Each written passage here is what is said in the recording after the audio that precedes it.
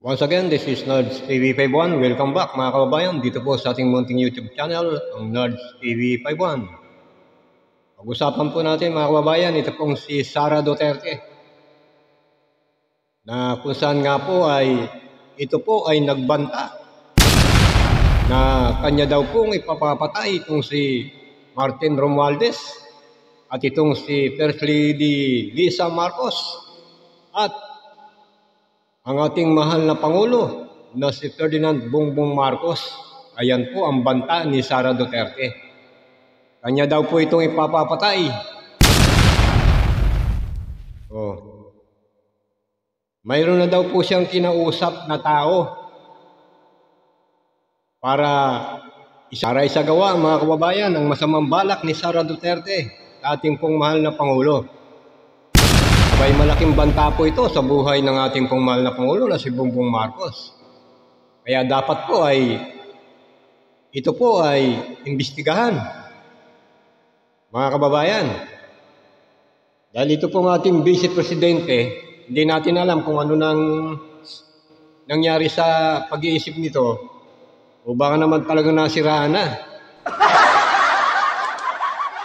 ang pag-iisip nito kaya ganito na ang pinagsasabi. Vice Presidente siya, pinagbabantaan niya ang Presidente na kanyang ipapapatay. Nagugat po yung ng pag-uhurmintado nito si Sara nung inimbestigahan po itong kanyang mga confidential fund na hindi niya maipaliwanag kung saan niya ginastos. Kung wala siyang tinatago, kung malinis ang kanyang konsensya, bakit hindi niya sagutin yung akusasyon sa kanya? Ngayon, kaya daw siya nandun sa Kongreso dahil binabantayan niya, sinasamahan niya yung kanyang Chief of Staff na cite in contempt. Naawa daw po siya. Abay, naawa ka pala, bakit hindi ikaw yung magsalita at sagutin mo yung akusasyon sa'yo?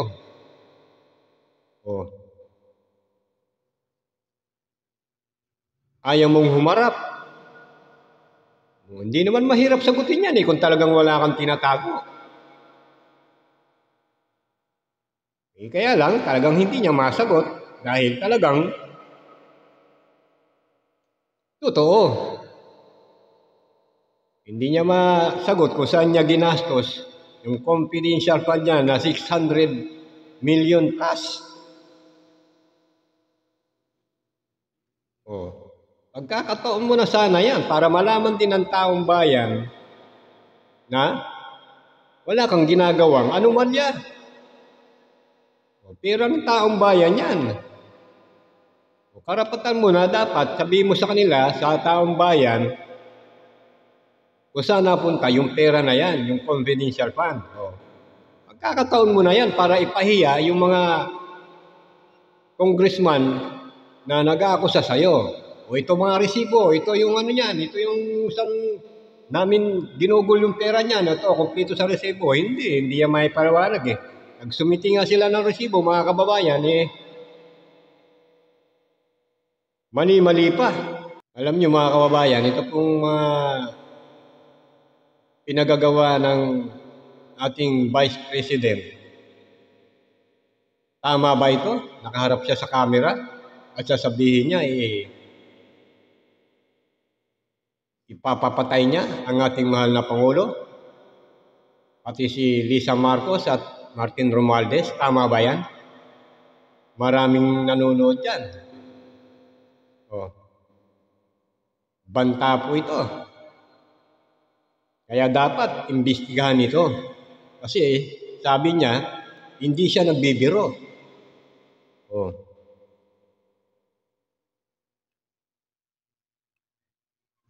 Kaya matindi na ang tama nito ni Sara. Mabuti na lang mga kababayan at hindi ito ang naging presidente. Kung nagkataon, patay ang Pilipinas. Patay ang sambayan ng Pilipino kung ito ang naging presidente. Kita natin yung kanyang kinikilos, mga kababayan, hindi ba? Parang hindi normal. Kakaiba.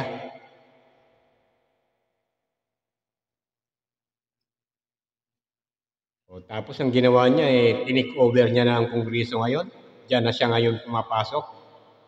Imbis na nandun siya sa kanyang opisina, nagtatrabaho, nandyan sa Kongreso, nagbabantay.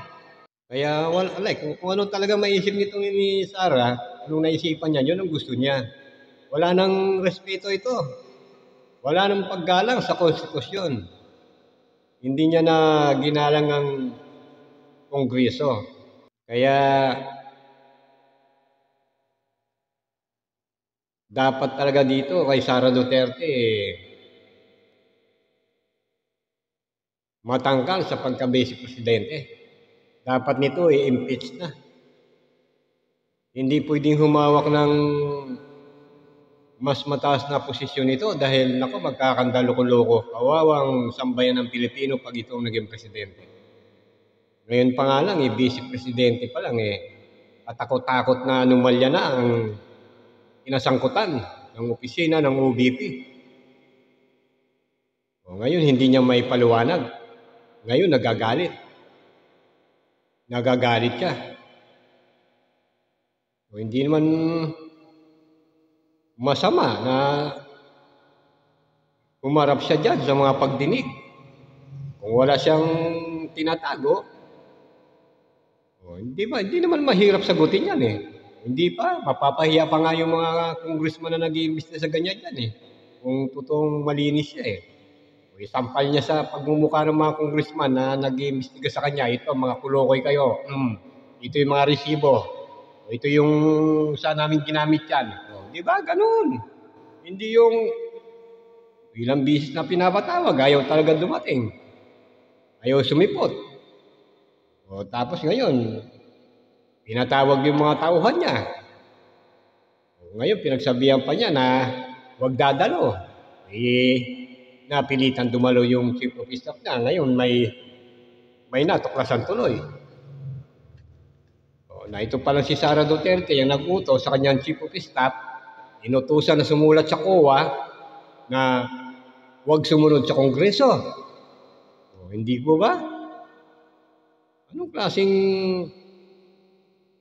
vice presidente yan?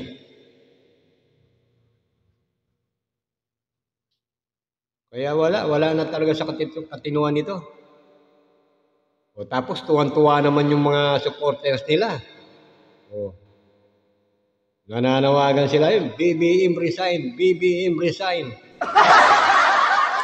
Gusto ng mga DDS na to, yung magkagulo.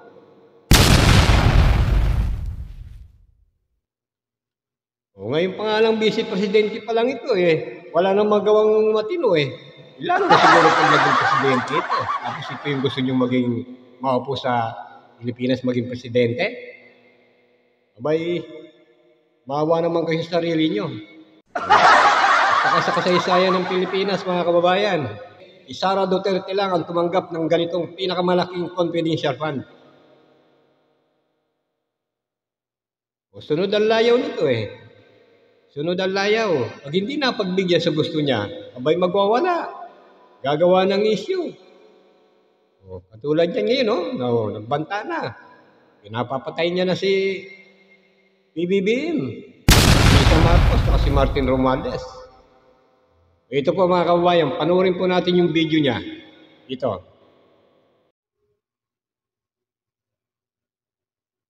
Huwag ka mag-alala, ma'am, sa security ko. Kasi may kinausap na ako na tao. Sinabi ko sa kanya, kapag pinatay ako, patayin mo si BBM, si Lisa Araneta, at si Martin Romualdez. No joke. No joke. Nagbilin na ako, ma'am. Pag namatay ako, sabi ko, huwag ka tumigil hanggang hindi mo mapatay sila. Yan nga po mga kababayan. Hindi po ba? Hindi siya nagbibiro, sinabi niya. Na may inutusan na siyang tao na magsasagawa ng masamang balak niya. Huwag daw tumigil hanggat hindi napapatay si Martin Romualdez, si Lisa Marcos, at ang ating presidente. O kaya delikado po ang buhay ng ating mahal na Pangulo ngayon. O kaya kailangan nananawagan po tayo sa ating pong mga kapulisan, sa ating pong mga kasundaluhan dyan. Abay maging alerto kayo. O dahil baka gumawa ng hindi maganda itong si Sara Duterte. O dahil ang gusto ng mga ito, manggulo sa Pilipinas, guluhin ng gobyerno. At saka nakikita na natin na iba na ang kinikilos nito. Kilos ng hindi na normal na pag-iisip. Dito ba mga kababayan? Hanggang dito lang po muna tayo. Kung hindi pa po kayo nakapag-subscribe, mag-subscribe po kayo at huwag kalimutan i-click ang notification bell para maging updated po kayo sa ating pong mga reaksyon. Dito lang po sa Nards TV 51. Mundo'y nagliwanag ng